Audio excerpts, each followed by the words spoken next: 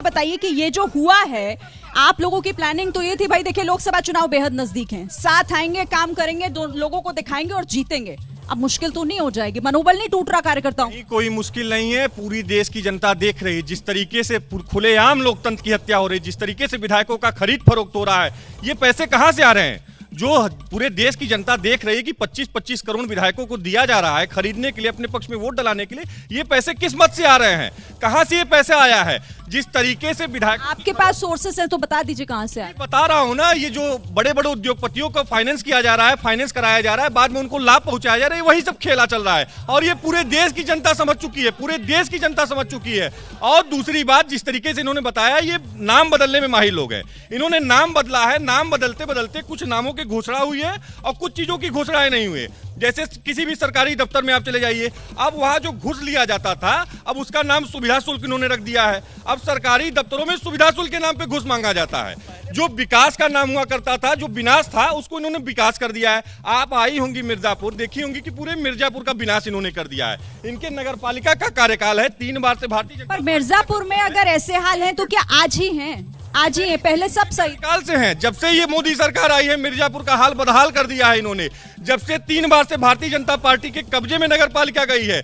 अब ये समझिए कि 6 साल से मिर्जापुर की सड़कों को खोदा जा रहा है, किसी मिर्जापुर को नहीं बनाया जा रहा है। लगातार यहाँ एक्सीडेंट बढ़ रहे हैं। मुझे लगता है पूरे उत्तर प्रदेश में अगर सबसे ज्यादा एक्सीडेंटल शहर कोई होगा तो हमारा मिर्जापुर है। ठीक है, चलिए देखिए, कह रहे हैं कि पुरानी योजनाओं को नए आप लिफाफे में पैक करके लोगों के सामने रख रहे हैं, तो ये तो जो भी काम शिलान्यास इनकी सरकार में हुआ था, उसको ये लोग अधूरा छोड़ के चले गए थे, उसको पूरा कराने का काम हम लोगों ने किया। बहन अनुप्रिया पटेल जी के सहयोग से यहाँ भटौली और चुनार का पुल जो है अधूरा छोड़ दिए थे ये लोग, उन्होंने पूरा कराने का काम किया।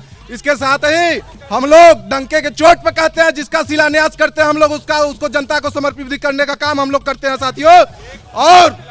और 3000 करोड़ रुपए की लागत से ये 4 लेन की सड़क का शिलान्यास हमारे कार्यकाल में हुआ और उद्घाटन भी प्रधानमंत्री जी ने हमारे कार्यकाल में किया।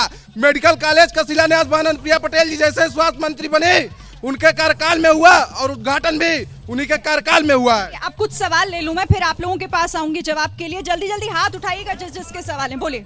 मेरा सवाल बीजेपी वालों से है। इनके सरकार में पेपर लीक, 6 साल से पेपर लीक ही हो रहा है। इनकी सरकार में सिर्फ पेपर। अभी अग्निवीर देखिए, अग्निवीर में क्या हुआ? युवाओं के साथ इनकी सरकार में सिर्फ ज्यादती होती जा रही है। ठीक है, आपका क्या? जैसे हमारे सतीश भैया ने कहा कि हमारा पुल बनाती है, मुलायम सिंह यादव जी ने कहा था, तो मैं बता दूं 15 साल से वो पुल तैयार ना हो सका। वो जब माननीय सांसद अनुप्रिया पटेल मिर्जापुर में आए तब वो पुल का उद्घाटन हुआ, तब जाके वो जनता के लिए काम में आया। उससे पहले 20 साल से रुका हुआ था और कोई नहीं बता सकता जितना काम मिर्जापुर में शिलान्यास अनुप्रिया जी ने किया है। पहले नहीं हुआ आपके? उसके पहले कुछ नहीं हुआ था। पीछे किसी के सवाल तैयार है? मैं आ रही हूँ।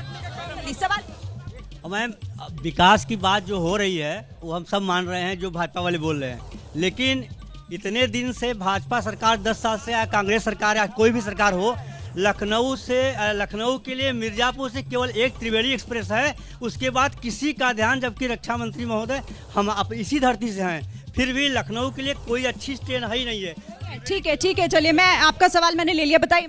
मेरा सवाल है मैम कि इससे सवाल है, पहले बताइए। बीजेपी से मेरा सवाल है कि राजस्थान में जब चुनाव हो रहा था तो 450 रुपया सिलेंडर हो रहा था। छत्तीसगढ़ में भी 450 का ये सिलेंडर दे रहे थे, मगर यूपी में क्या हुआ है कि ये 1000 के नीचे नहीं आ रहा है। श्याम सुंदर जी, बहुत सारे सवाल हैं आपके लिए, पीछे आ रही हूँ, 1 सेकंड। अपने अपने सवाल जरूर जल्दी से तैयार रखिएगा, बोले। मैम, मेरा सवाल भाजपा के प्रवक्ता से है। मैं ये जानना चाहता हूँ कि यहाँ मिर्जापुर में किसी का अगर एक्सीडेंट होता है तो उसको रेफर डायरेक्ट लखनऊ या बनारस किया जाता है। ये सुविधा हमारे मिर्जापुर में कब कराई जाएगी? हमारा सवाल भाजपा से ये है कि अगर किसी व्यक्ति को कमाना हुआ तो मुंबई दिल्ली जाता है, वो सुविधा मिर्जापुर में कब मिलेगी? ठीक है, मेडिकल सुविधाओं का अभाव आप बता रहे हैं। मेडिकल कॉलेज मिर्जापुर में बन के यहाँ उद्घाटन हो चुका है और मिर्जापुर जिले में सारी व्यवस्थाएं, मेडिकल से जुड़े हुए सारी व्यवस्थाएं मिर्जापुर में है। वो कह रहे हैं रेफर करना पड़ता। देखिए, रेफर की जो वो रेफर की बात कर रहा है, आप खुद जाके जानकारी लीजिए। मिर्जापुर मेडिकल कॉलेज में सारी व्यवस्था है, अल्ट्रासाउंड से लेकर एक्सरे से लेके यहाँ तक कि मिर्जापुर में इस समय। आप कह रहे हैं ऐसा है? रुक जाइए भैया, बोले। इन लोगों को जो है मोतियाबिंद हो गया है, इन लोगों को कुछ दिख नहीं रहा है। और 2 बड़े नेता जो मंच पर से कह रहे हैं बेरोजगार, जरा सतीश जी से पूछिए कि इस सरकार में कितनी गिट्टी की सप्लाई इन्होंने फ्रेट कॉरिडोर को किया है। सतीश जी हैं। मैं आपका सवाल लेकर जाऊंगी, मैं आपका एक सेकंड जो बेरोजगारी की बात हो रही है, भारतीय जनता पार्टी ने जो कार्य किया है वो किन्हीं अन्य सरकारों ने ध्यान नहीं दिया था।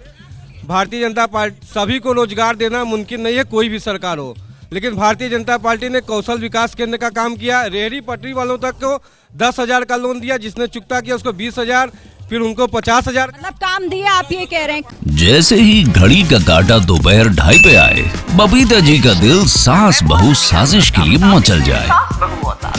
और ये है इनकी बहू, पूरे दिन ऑफिस की टेंशन हो जाए गॉन जब ये करें अपना फेवरेट शो फ्री टाइम पे ऑन। इनकी तरह आप भी देखिए अपना फेवरेट शो अपने टाइम पर और डाउनलोड कीजिए एबीपी लाइव ऐप अपने स्मार्ट टीवी पर।